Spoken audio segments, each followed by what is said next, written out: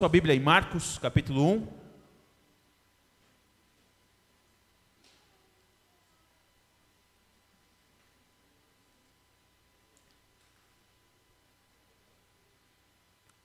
Nós temos considerado, nesse início da nossa igreja, o Evangelho de Jesus Cristo segundo Marcos.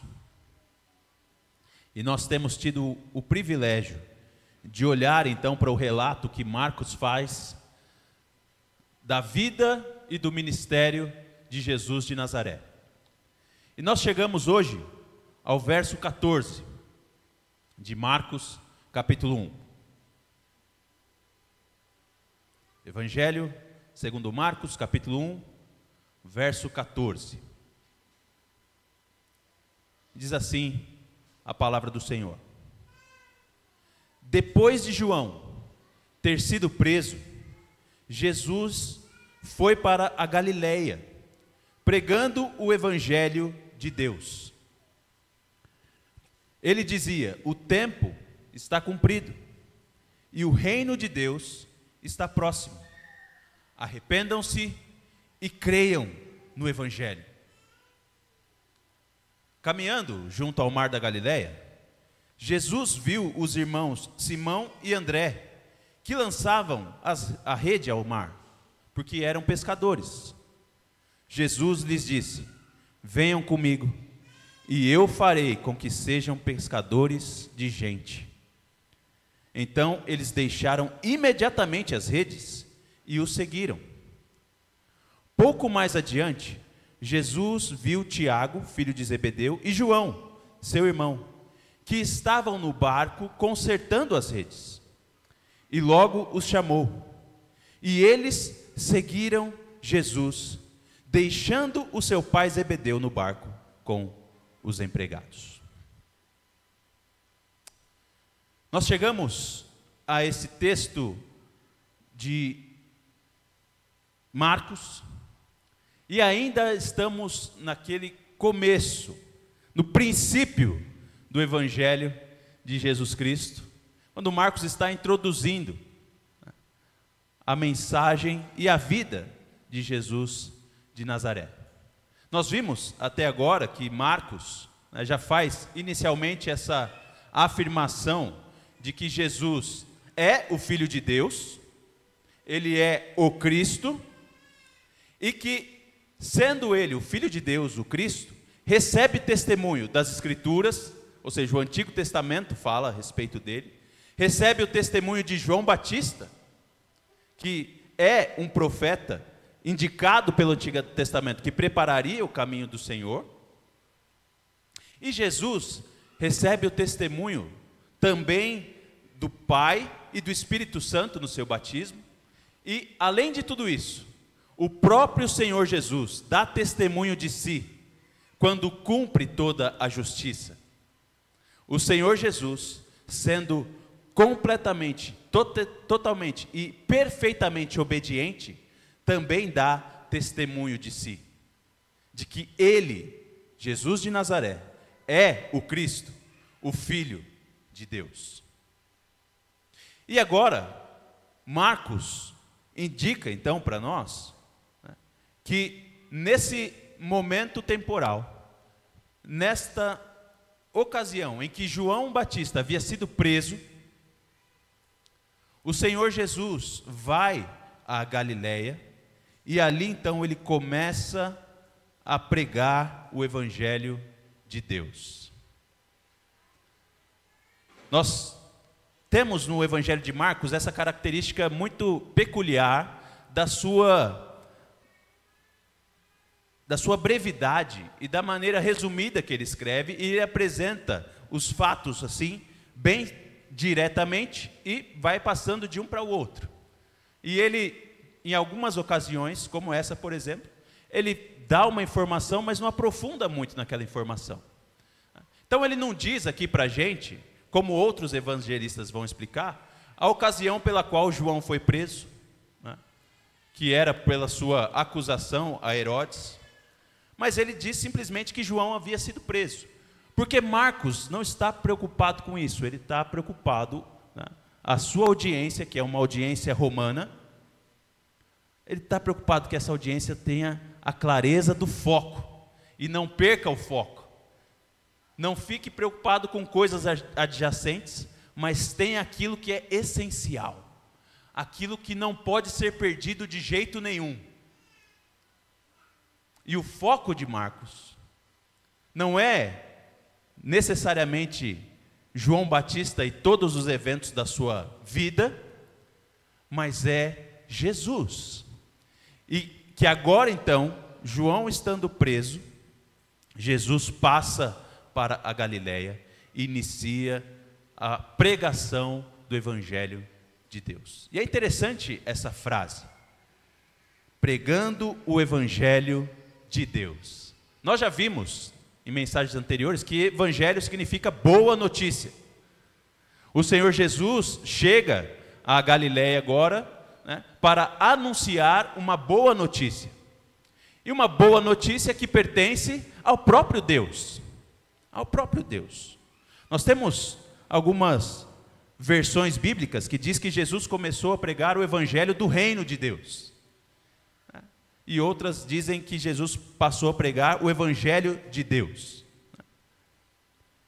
Seja como for aqui, o fato é que o reino está envolvido, e nós vamos ver isso daqui a pouco, né?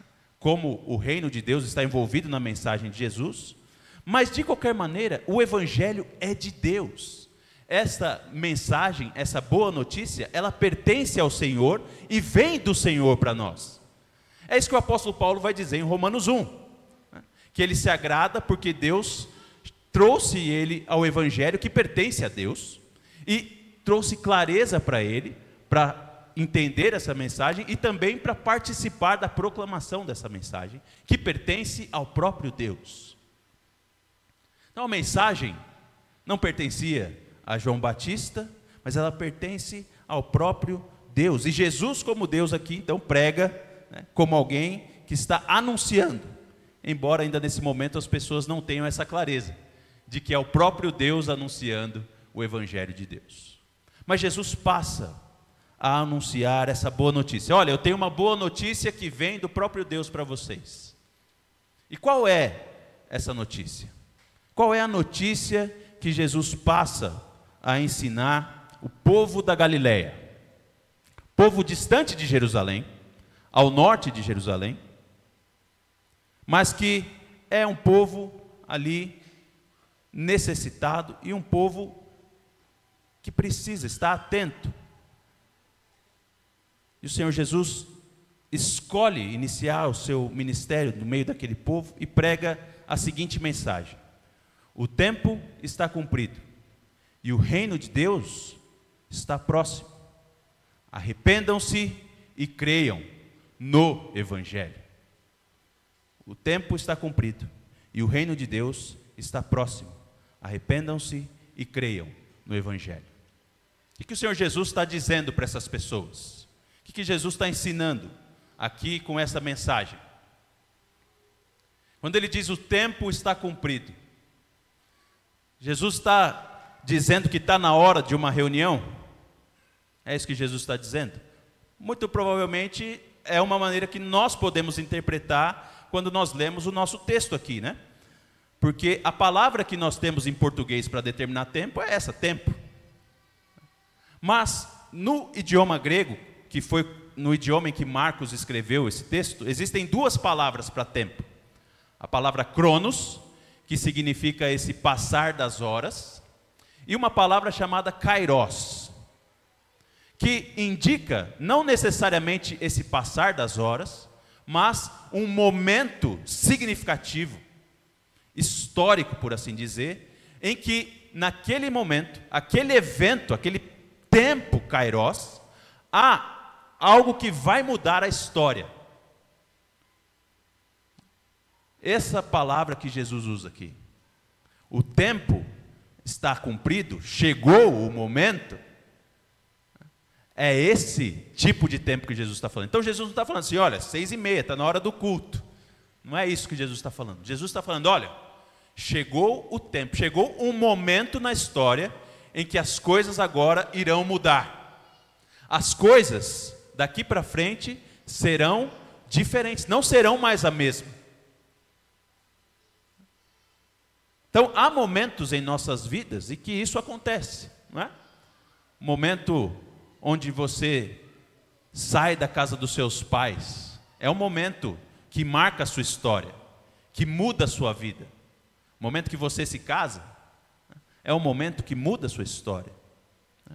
O momento onde você perde um ente querido, um pai, uma mãe, um esposo, um filho, aquilo muda completamente a sua história. E é esse tipo de momento, de tempo que Jesus está falando aqui.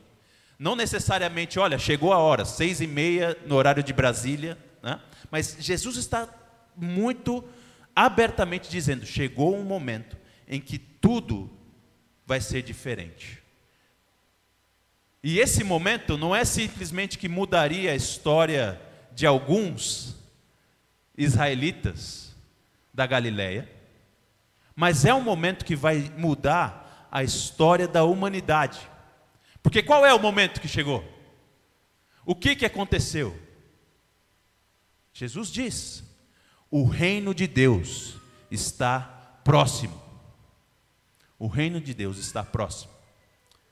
E próximo aqui também não é uma palavra que ajuda muito a gente, né? Porque próximo tem tanto essa ideia de perto, quanto algo que está chegando. Quando Jesus diz próximo, ele está, uma tradução que melhora para a gente, que é está à mão, né? Está aqui já chegou, já está aqui, está conosco. Esse momento do quê? Do estabelecimento do reino de Deus. Povo da Galileia, ouçam essa notícia que pertence ao Senhor e que eu trago para vocês em nome de Deus. Chegou o momento em que será estabelecido o reino do Senhor. Esse é o ministério de Jesus, essa é a mensagem que Jesus passa a ensinar ali na Galileia. E qual é essa expectativa que o povo tem de um reino que pertence ao Senhor? De um reino de Deus? Qual é a expectativa de um reino de Deus? Olha, isso a gente poderia gastar horas e horas falando sobre isso, né? Se Deus quiser, logo logo nós teremos a nossa EBD funcionando, Escola Bíblica Dominical, e esse é assunto para a gente debulhar ali, esmiuçar numa Escola Bíblica Dominical. O que é o reino de Deus? É um assunto maravilhoso para nós descobrirmos, mas de uma maneira muito resumida, e eu quero trazer a sua atenção para isso, não quero deixar você sem essa informação agora. A expectativa dessas pessoas que são descendentes de Abraão e que têm esperado uma promessa de um reino de Deus que se estabeleceria, é justamente fruto das promessas que Deus fez para Abraão, o pai desse povo, que estão reveladas lá em Gênesis e em todo o Antigo Testamento. Que é o quê? O reino de Deus é justamente esse estabelecimento de Deus como Senhor de um povo. E esse povo vai habitar numa terra que pertence ao próprio Deus, e esse povo será muito grande. As promessas que Deus fez a Abraão são 3. Deus prometeu para Abraão uma terra, uma descendência, e prometeu o próprio Deus. Ele diz a Abraão, Abraão, eu serei o seu Deus, e vocês serão o meu povo. Então o reino de Deus é o povo de Deus, no lugar de Deus, sob o governo do próprio Deus. Isso é o reino de Deus, e é isso que essas pessoas estão esperando. Que elas sejam reunidas como povo de Deus, num lugar que pertence ao Senhor, e que o próprio Deus irá reinar sobre elas. O próprio Deus irá governá-las e cuidar delas. Essa é a expectativa, é isso que eles aguardam. E Jesus está dizendo, chegou, o reino chegou. O reino chegou. O rei chegou. Aquele que irá reinar sobre o povo de Deus, está aqui já. O tempo está cumprido. O rei está aqui. E Jesus confessa isso e proclama isso, e ele tem um chamado às pessoas. Ele diz: olha, o reino está aqui, o tempo está cumprido, o momento histórico que vai mudar isso chegou. Se arrependam e creiam. E Jesus então coloca agora sobre os seus ouvintes uma responsabilidade em responder à mensagem que ele anuncia. Jesus chega anunciando uma excelente notícia, uma ótima notícia. Gente, o reino de Deus chegou. O rei está aqui. Agora coloco sobre vocês a responsabilidade de responder a esse chamado, responder a essa notícia que vocês estão ouvindo, de que o reino está aqui. E esse chamado que eu coloco sobre vocês, o dever que eu coloco sobre o ombro de vocês, de responder a esse chamado, a resposta propícia é essa, a resposta adequada é essa: se arrependam e creiam. Se arrependam e creiam. Nós temos tido aqui às terças-feiras um nosso estudo bíblico, e onde nós temos considerado a nossa confissão de fé, e eu quero convidar você a estar conosco aqui também na terça-feira. E eu estou fazendo essa menção porque na última terça-feira nós consideramos exatamente isso, o que significa arrependimento e fé conforme as Escrituras. Então o povo que estava aqui na terça-feira já está ainda com a memória fresca, sabe bem o que é arrependimento e fé. Mas para você que não veio aqui, eu quero falar para você também muito rapidamente o que é arrependimento e fé. O que Jesus está esperando dessas pessoas? Qual é a expectativa de resposta então que Jesus tem quando ele diz: se arrependam e creiam no Evangelho? A expectativa que Jesus tem dessas pessoas é que elas neguem a si mesmo e busquem a face de Deus. Arrependimento bíblico e a fé bíblica é a consideração de que nós não temos condições de entrar na presença de Deus por nós mesmos, mas nós precisamos que o próprio Deus faça uma obra milagrosa para nos receber. O arrependimento bíblico não é simplesmente uma consideração, né, e uma aceitação, um reconhecimento de que você faz coisas erradas. Não é isso o arrependimento, não é só isso o arrependimento bíblico. Nós vimos aqui na terça-feira como Judas ficou triste quando ele traiu Jesus. E não só ficou triste, ele foi lá para os líderes judaicos e queria devolver as moedas, né, e disse o quê para os líderes dos fariseus e dos saduceus? Eu pequei. Quando Judas vê que Jesus foi condenado à morte pela traição que ele fez, Judas reconhece até mesmo que pecou contra Deus. Mas aquele sofrimento, aquela dor, não levam Judas para o Senhor, para Deus. Leva Judas a querer ser ele mesmo a resposta para o seu pecado. E ele não pode encontrar nele mesmo resposta para o seu pecado. Por isso, no fim das contas, Judas se desespera e se mata, porque não há resposta no homem para o pecado. Não há resposta em você mesmo para o pecado. Quando Jesus diz: se arrependam, Ele está dizendo: olha, assuma que não há resposta em você para o seu problema, dos seus erros. Reconheça que não há resposta em você para que você seja um participante do reino de Deus. Você não está apto para isso e não pode se tornar sozinho apto para isso. Você não tem essa condição em si mesmo. Se arrependa. Se arrependa. Não tente somente ser melhor em você mesmo. Olha, eu errei, né? Eu caí. E sabe o que eu vou fazer? Eu vou tentar melhorar agora. Eu vou mudar a minha rotina, eu vou mudar os meus hábitos, né? E eu vou melhorar. não vou mais fazer isso que eu fiz. Isso não é arrependimento. Só reconhecer que você erra. Não é arrependimento. O verdadeiro arrependimento, o arrependimento bíblico, esse arrependimento que Jesus está esperando desses seus ouvintes, é de que eles reconheçam que não há neles condição de participar do reino de Deus. Eles precisam que o próprio Deus resolva o problema deles, para que eles se tornem participantes do reino. Por isso há não somente o chamado ao arrependimento, mas também o chamado à fé, o chamado a crer. Porque Jesus vai dizer: se arrependam e creiam nesta mensagem. Qual é essa mensagem? Eu sou o caminho para que vocês entrem e participem do reino de Deus. É isso que o Senhor Jesus vai explicar. Marcos não dá esses detalhes para a gente, mas Jesus vai deixar isso muito claro em toda a sua vida. E logo, logo nós vamos ver isso. Como Jesus vai fazer esse chamado agora de modo particular.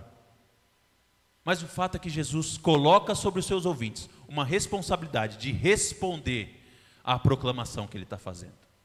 Se arrependam e creiam.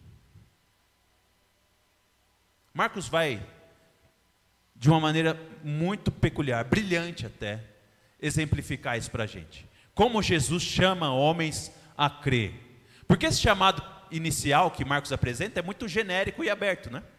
Jesus está caminhando pela Galileia e dizendo: se arrependam e creiam, porque o Evangelho, se arrependam e creiam no Evangelho, porque o reino de Deus chegou. Marcos vai exemplificar para a gente como é isso, como é essa crença e esse arrependimento. E ele vai falar de como Jesus chamou os seus primeiros discípulos. Ele vai dizer que Jesus, caminhando junto ao mar, viu Simão e André primeiramente, depois João e Tiago, e disse a esses homens: venham comigo. Jesus chama esses homens a segui-lo, a ir após ele. Venham comigo. E esse é o chamado. E essa é a resposta que Jesus espera. Quando Jesus diz: se arrependam e creiam, de uma maneira mais particular, o que ele está querendo dizer é: vem comigo, vem na minha que você vai se dar bem. É isso que Jesus está dizendo. E foi o que ele disse a Simão e André, a João e a Tiago. Vendo aqueles homens interagindo nos seus trabalhos, vivendo a sua vida cotidiana, fazendo as suas tarefas normais, corriqueiras do dia a dia, Jesus olha para eles e diz: venham comigo, me sigam, venham atrás de mim. Essa é a resposta que Jesus espera quando ele diz: se arrependam e creiam. Abandonem qualquer expectativa que você tenha de que você pode entrar e fazer parte do reino de Deus por si só, e venha após mim. Creia em mim, que eu sou aquele que pode fazer com que você pertença ao reino de Deus, com que você entre no reino de Deus. Esse é o chamado que Jesus faz. Siga-me, venha após mim. Meus irmãos, a fé bíblica também não é essa fé que a gente tenha ouvido por aí do mundo. Assim como o arrependimento não é só esse sentimento de tristeza porque nós erramos e porque somos falhos, mas o arrependimento verdadeiro é aquele que termina em Deus.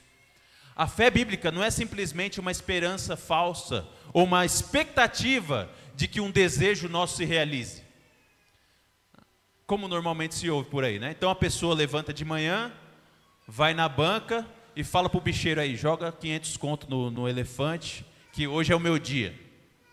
Isso é uma fé mundana, é uma expectativa de que ele vai se dar bem naquele dia.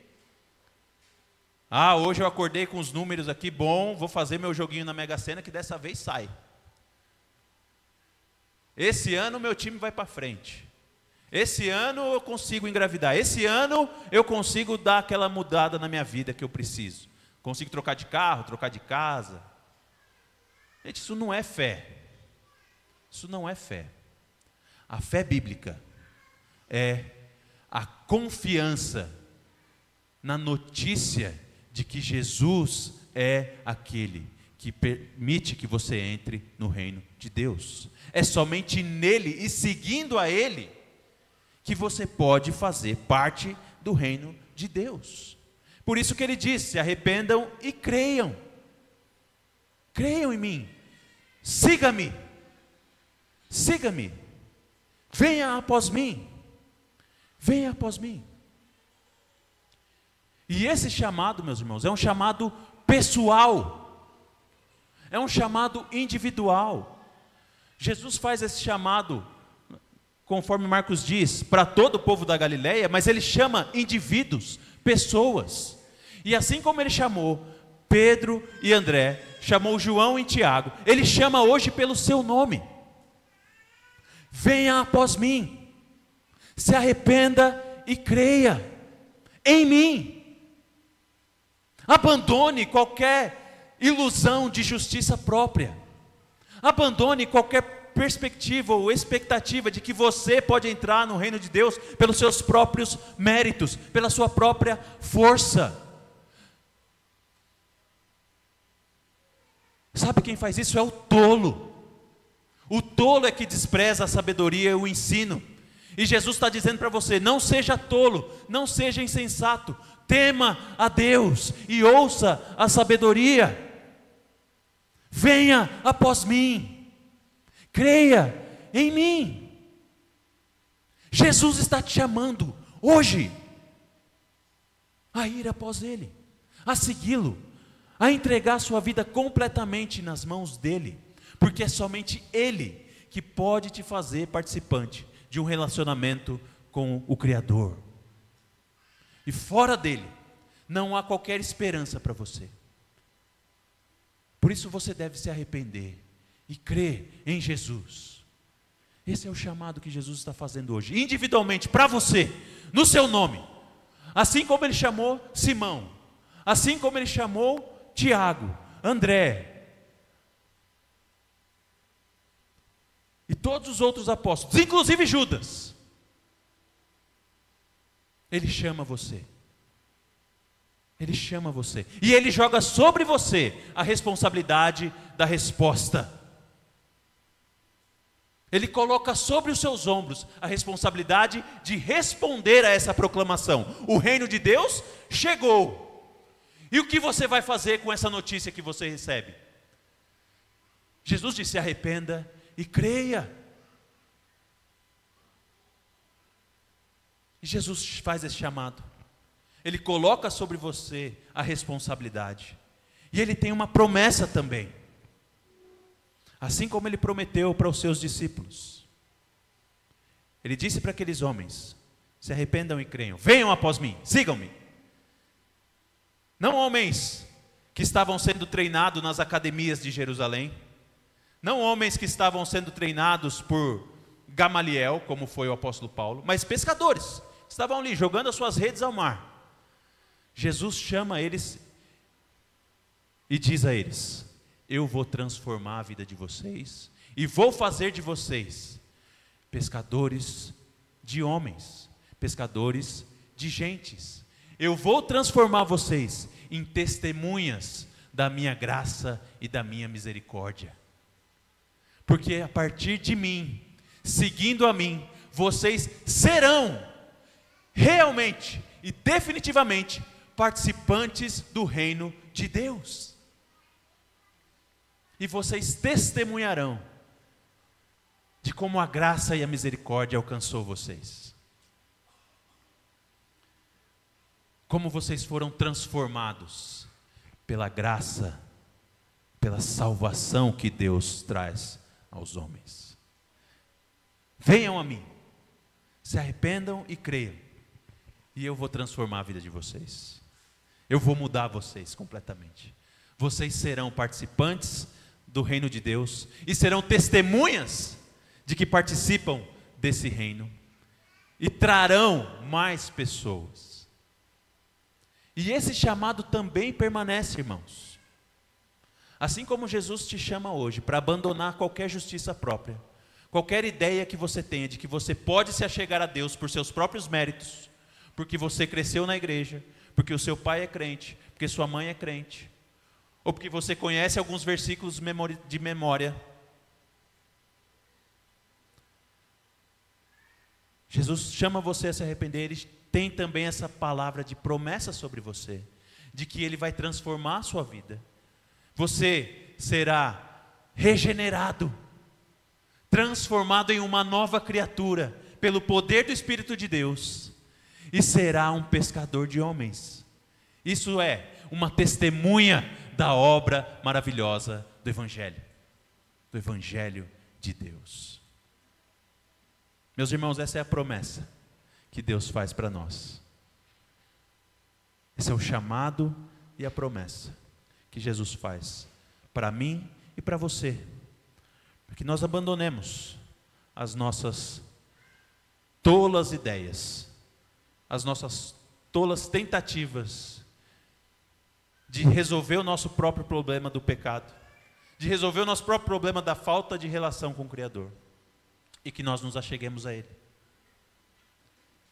A promessa do Senhor Jesus é de que Ele vai restaurar o seu relacionamento com Deus, e você será um participante desse reino, um reino de Deus, que Deus está juntando o seu povo no lugar dele, e que será governado por Ele mesmo. É esse reino que Deus te chama a participar, que Jesus te chama a participar. Marcos, como eu disse, ele é muito sucinto aqui no seu relato a respeito da vida de Jesus. Nós temos em Lucas uma apresentação mais detalhada desse chamado dos apóstolos. E pelo evangelista Lucas nós sabemos que esse chamado que Jesus faz a Pedro, a André, a Tiago e a João é logo após a pesca maravilhosa. É logo após a pesca maravilhosa. Você lembra dessa história? Os discípulos, aqueles homens que eram pescadores, tinham passado a noite toda pescando. Noite toda pescando. E não pegaram peixe. E Jesus, que andava junto ao mar, se aproxima daqueles homens e diz: olha, joga de novo aí as redes. Aí eles falam: Senhor, nós não pegamos nada a noite inteira. E foi uma noite difícil, mas olha, como o Senhor está pedindo para a gente mandar jogar a rede, a gente vai jogar. E eles obedecem, eles jogam a rede. Esse cara aí é avulso, né? Não sabe nada de pescaria, mas vamos obedecer. Jogaram as redes. E há ali um milagre. Os peixes vêm e enchem as redes. Enchem as redes. E eles não conseguem puxar as redes e vêm outros para ajudar. Tiago, Pedro e André não conseguem, vem Tiago e João e ajudam a puxar as redes para dentro dos barcos. E há um milagre ali. E naquele momento, Pedro reconhece que Jesus é Deus, que Jesus é alguém importante. Não só a importância de Jesus, mas a própria divindade de Jesus. Ele reconhece que Jesus é alguém que é diferente dele. E naquele momento, Pedro, sabendo quem ele era, ele faz um pedido para Jesus. Ele diz assim: Senhor, se afasta de mim, porque eu sou um pecador. Se afasta de mim, porque eu sou um pecador. Pedro, diante daquele milagre, diante do poder de Deus, sabendo que ele era um homem falho, um homem quebrado, ele diz para Jesus: sai daqui, porque, olha, eu sou gente ruim.